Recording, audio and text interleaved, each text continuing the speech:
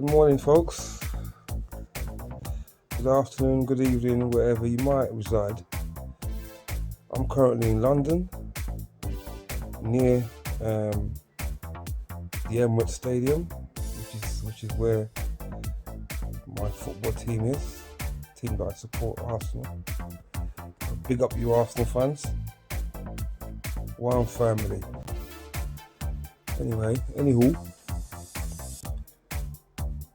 I wanted to make this quick video to just keep you updated where I am in regards to my film production. As you may or may not know, I've been going through a lot. I've been going through a lot of emotions, trying to get this film commissioned, or trying to get this script bought, or something. Just trying to get this thing on the screen, trying to get it on TV, or get it in the cinemas, whatever, or get it on the box set, or Amazon, or Netflix, whatever. Because I've seen contents out there that are not even half as good as what I've got, and I'm not even bragging. You can tell I ain't bragging. If I was bragging, you can tell. I'm not even bragging. I know what I've got. So it's taken us 11, 12 years to get this far. You know, we've come close. One step forward, 2 steps back. 1 step forward, 2 steps back. That's how it's been for us. You know, I was this one man. I had a mission. I said to myself, well, if this is going to happen to me, if that guy over there can do it, I can do it. I realised that was a black guy. I realised I was facing politics, because when I started this thing, there was still big racism in media. There was a lot of racism. Even if they call you on set as an extra, you've got to keep your mouth shut. You've got to behave a certain way, you know, like you're some slave. That's how it's always been in the media, in filming, on sets, especially the BBC. They're renowned for being the way they are. And they played on that, you know. Even the people that I worked with, I will not name names, Simon Phillips, even him. Because basically, when I started my stuff, I co-produced a couple of films, independent films. One was called Jack Said, one was called The Last Seven, and the other one was called Jack Falls. And these were all independent. They're all on DVD now. If you go on YouTube, if you go on Google, just type in The Last Seven, or type in Jack Said, or type in Jack Falls. You see me as a producer. But I also had a little role in it as well in some of the films. But I wasn't really too keen on it. I was keen on being an actor, but I wasn't over enthusiastic about being an actor too much.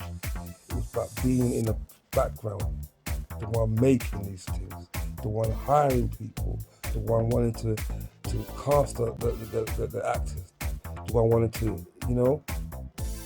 I guess a modern day black guy that is like that. It's Freddie Nwinka. Freddie, I think that's his name. I think, yeah. Now he's done quite well, and I'm proud of him. He's a good lad, you know. Not like some actors I know who are producers who claim to be for the people, and they ain't really, because they know for a fact if they get you on board, that's them, their jobs out the window. So they'll keep you suppressed. They won't encourage you. They won't help you. But I knew this. I knew this is gonna be a tough one for me. So after handing my scripts here, there, people love it. People want to invest in it and everything, and then they ain't got the money, and so it came to a point where I actually worked for not Amazon, sorry, my bad, Netflix. I worked on a series called Cursed. Some of you might have heard this story before. So as I worked on this story, worked on this film, hot days, hungry, tired, not sleeping well, I had blacked out on set. I blacked out and had a fit on set. This really shook me. It really shook me because, you know, where did it come from? I don't know. So when I woke up now, I was in an ambulance bed. They had called my brother or my sister to come and get me, not to come and get me or whatever. They had called the ambulance to take me to hospital, and I was very anxious. Don't take me to the hospital because if I go there, I'm gonna lose my driving license. So don't take me to the hospital. So as it worked out, I never lost my license anyway. But yeah, whilst on the bed, the head of production of Netflix came to me, this woman, started talking, blah blah blah. Starts asking me, what do you do? What do you? And I said, I'm a film producer as well. I like to produce films. She said, okay, why don't you send me your stuff? Let me see what we could do. Bam! I thought this was my big break. I thought this is the fucking break man's have been waiting for. So obviously, you know, I sent my stuff to my agent. Apparently, agent sent it to her. Years went by, and I'm thinking, why is she not replying? What's going on here? So I have to inquire through my agent to find out why if she hasn't received the script. Once this transaction, once this communication, I've gone back and forth. The woman that asked for the script,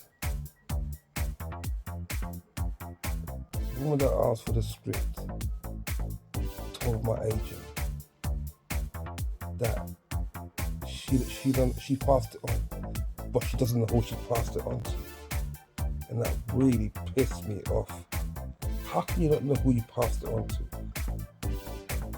Because you wanted the script, and whether you read it or not, I don't know. You could have read it and you liked it and you passed it on to someone. You know what I mean? And who she passed it on to? No one knows. And I was kept going back and forth with my agent, and it came to the point where I thought, fuck this, forget this. These people, they don't want to get this done because they know this thing ain't no ordinary fucking film. Forget them. So I left that. I moved on to other people, and a guy said he produced the film and get it done for about 50 million pounds, which is alright because you cannot do this. This is a film that deserves a big budget. You cannot make this film for less than that, or some little independent film, because this film deserves a big budget. The cast is huge. Everything in this film is massive. It's a whole series. I've got a series and I've got a main feature. So if I want to get these people involved, I have to play this game, this long waiting game. I knew that. So I kept waiting, and this guy then told me, yeah, I can get you on board. I can get this film done for 50 million or whatever. He told my writer this. My writer told me that, yeah, this is what's happening. Bam, we're on it. But I have to go and get Idris Elba first to get him to say, yeah, he wants to get on board this film. Having worked with Idris before, I was his double. I doubled him in Luther. I doubled him in the long run. I was going to double him in other stuff, but couldn't make it. But anyhow, I told his agent. I asked his agent, is this what Idris wants to get involved with? Idris then told his agent apparently that no, it ain't for him, but he liked reading it, he loved it, but it's not for him. If they loved it, why wouldn't it be for them? If they loved the fucking script, tell me something, why wouldn't it be for them? Is it the fact that he doesn't want to work underneath me? Is it the very fact that he doesn't want me to be his producer? Because he obviously feels that he's done more work than me. Yes, no doubt, I ain't done jack. I have not done anything. I've done bits and bobs here and there that I don't consider nothing. But this is the big one for me. This is my homecoming. This is my bread and butter, I should say. This is my life. This film here, I put a lot into it. So anyway,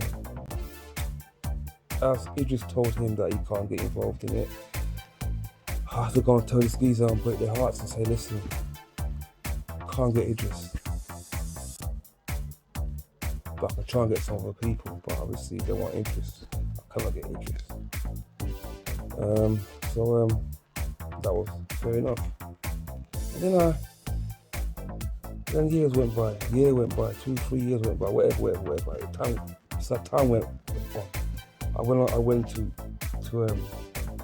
no Clark. You know no Clark. Yeah, no Clark.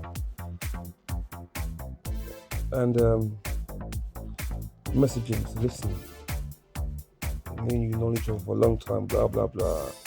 Worked with you on other films before. Worked with you on Fast Girls.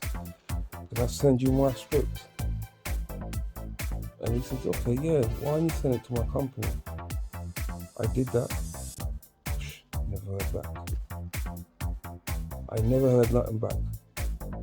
Not acknowledging that they received the script, or whether they liked it or not, nothing back. Even though I hear from this geezer on Twitter every day, messaging fucking nonsense. And then I reply to his message and he don't reply to me. He just ignore me.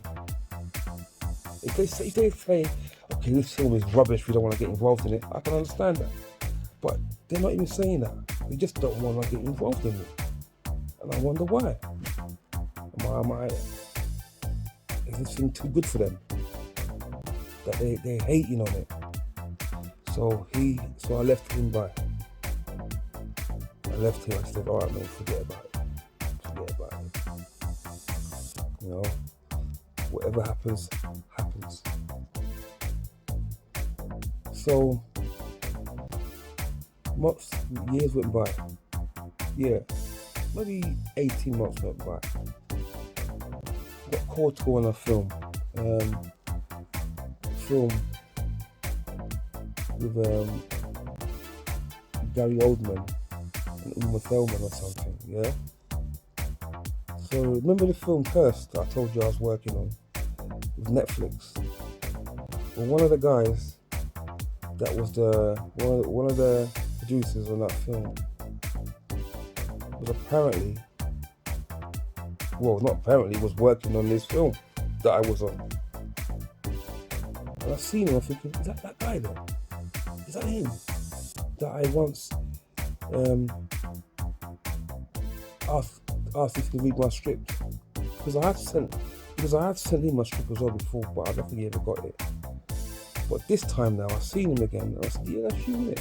Remember that jacket? And we started talking, laughing, remembering what happened to me on Cursed and everything. And I said, listen, mate, I got to send this shit to you. Do you want to read it? The man could not be too glad to receive my fucking script. He could not be too happy to receive it. And he gave me his email address about 3-4 times whilst on set, so I don't forget to send it to him. So after we done filming, you know, I sent the thing over to him. This is about 3-4 weeks ago. Yeah, about 3 weeks ago. I sent it over to him now. So get him to read it. So this is where we are now, you know. getting the guy to read it. If he reads it, I'm definitely sure he will like it. I'm just fingers crossed that God Almighty will have mercy on me. Have mercy on me, because I deserve this, you know. I deserve this opportunity that I worked hard for. This can't go in vain. So yeah. Oh, and how this all started was when I invested in the film, and these fuckers, I didn't get my profits back, got nothing back. So I took the motherfucker to court. I won the case, he didn't pay. I took him to high court. I won the case, paid me a little money, and he disappeared. He got me to sign a non-disclosure thing, so I don't tell nobody about this madness. So obviously I have to keep quiet. The law said I can't say shit about him. And then he disappeared. I said, yeah, as long as you can pay me, I won't say shit about you. Then he disappeared. No one, because I was the first guy to take this guy to court. He must have conned a lot of people. Yeah. Go on YouTube now. Go on Google. Go on Facebook and type in Simon Phillips, 2 L's. Yeah. Type that in, and you find out about this guy. So anyway, yeah. So I was screwing because I didn't get shit back. The money down the drain, the money that I saved. I was not well at the time. Everything was going shit for me. You know, I was just ill, I was sick, I was hungry, I was poor, I had no one watching my back, nothing. But what I had was my ambition to be in the film industry. Yeah, I knew I had something about me. So after all this now, the guy didn't give a shit. So I thought, okay, let's leave it for now. One day came where I had to go to another film, and he was asking for people to come to casting. I don't think he knew that I knew about the casting, but I came anyway. I came to the casting. It was for a film called Riot,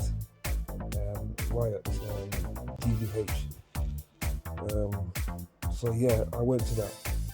Anyway, now I see this geezer there, chatting shit to me.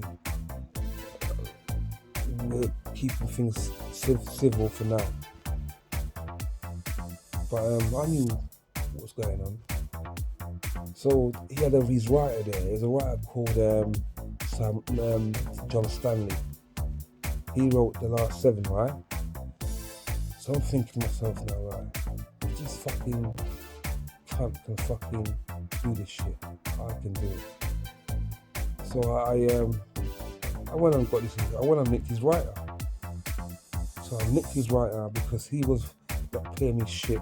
So I nicked his writer. Got a good team on board. I got some woman, but after years of being by me, she couldn't hack it anymore. She left, and then I had to go and get another writer, and then she stayed up to today. She's still with me, even though we ain't spoken for a while, but we're still working together. So these two writers, Lisa and John, then both wrote the concept that I had brought up, because I had to go and do research and find out what people would like to watch. I wasn't into the stereotypical black stuff, you know. Yo, I'm black. I'm gonna go and do a black street gangster film. I wasn't into that because I knew that ain't gonna make me the money that I want, and it's not even have a lot of content that I want. I want rich, original, deep, rich content, and you can only get that in certain films, right? Whoa, that's not true, but at the time, that's what I believed. So So I done some research and I got this film, this sectarian story that I zoned into. So I looked at this film, I thought, okay, and I looked at this idea, and I thought, okay, this sounds good. So I got this, done some research on some stuff, sectarian business, and I got John to write it up for me. He did. And as he did that, I knew, bam, this is it. A few mistakes were made, but then, we wrote them. Bam, that was it. I thought, this is the film. But obviously, it ain't gonna be that easy. It's not as if you're gonna just write something on a paper and say, yeah, let's go make it a big world hit film, because it ain't that easy for anyone. Even if you're the richest person in the world, it ain't that easy for anyone. So anyway, we wrote it up and we sent it to the BBC. And this script got shortlisted out of 4,000 entries to 4th place. To 4th. BBC Writers Room to 4th. Got great feedback from the film. Great feedback. But that's as far as it went at that time, because it was going somewhere. The momentum was going somewhere. Until we even got a guy from America. The guy directed. I think he wrote. What's it called again? The Big Kahuna with Kevin Spacey and Danny DeVito. His name's Joe Swanbeck. He heard about my shit. I don't know how he heard about it, but he heard about it. And he asked if he can direct him or something. I'm like, yeah, why not? I didn't say yeah, why not? I think we was talking, and then I made a mistake of putting his name on a poster, and he got pissed about that. That was the end of that. That was done. But anyway, yeah, and then we just kept like moving and trying to get this film out there to people, and everyone that's read this film has not had a bad word to say about it. So as soon as the BBC gave me that feedback, I knew this is it. But we just couldn't get the funding, or was not doing it right, or was going in the wrong place, or something was not going right for us. It just seems that this is going to take forever. Whilst people have made content in 3, 4, 5 years, is already out on TV or in cinema. This has been going for like 11 years. Excuse me, 11 years or so. So yeah. So once we got that from the BBC, we thought, okay, this ain't going nowhere. Let's try and break this. Let's try and make it into a box pilot series, a box set series. So we writ a pilot. The pilot episodes. We writ that, so that's done already. We've also sent that to this guy, this producer that I met on Cursed. So hopefully now, it's been 3 weeks anyway, so ain't no. Only last night I touched base and asked, and just wanted to sort of get some feedback. If they want it, if he wants it, if he's going to help me or not, who knows. So yeah, that's in a nutshell. Yeah, that's in a nutshell. But not quite all of it though, because I missed out quite a few stuff. But yeah, after going round and round and round in circles, I've now finally got another opportunity, which I thought I'm never gonna get. This is an opportunity that, because during this time now, during these COVID times, which by the way, hope everyone's safe and never get vaccinated. yeah, because of all this chaos, people are gonna need content. People are gonna need, content basically. And I've got content ready. My content is better than most content that I know about. There's a lot of contents out there on TV, some of them are very good. But this I've got here right now, it's something special. It's something special. So I hope, I still believe in God that it's not a pipe dream, because if it's a pipe dream, then what was all this for? At least it kept me entertained. At least it kept me with something to think about. I can say that. But no, this is a dream that I must fulfill. A lot of people are making their dreams come true, and this is my dream, to make this shit come true. I want to big up all you people out there that are striving, are trying to make their dreams come true, They're looking around, if there are people earning money and they're doing everything and it's not coming off because of whatever reason, But don't be disheartened, people. You'll never be disheartened, because one day it'll be your turn. It'll be our turn, man. So yeah, it's 26 minutes now. I've been chatting to you. I think this is the longest video I've ever done. And yeah, that's my dream. We're now at spring. It's a nice springish day. Date 25th of March 2021. And it's a sunny day out there, as you see. Bright day. A nice bright day out there. I might go for a jog later, depending on how I feel. Yeah, and just keep dreaming. Hold the dream tight. Let it build your character. Let it be you. One day it will come true.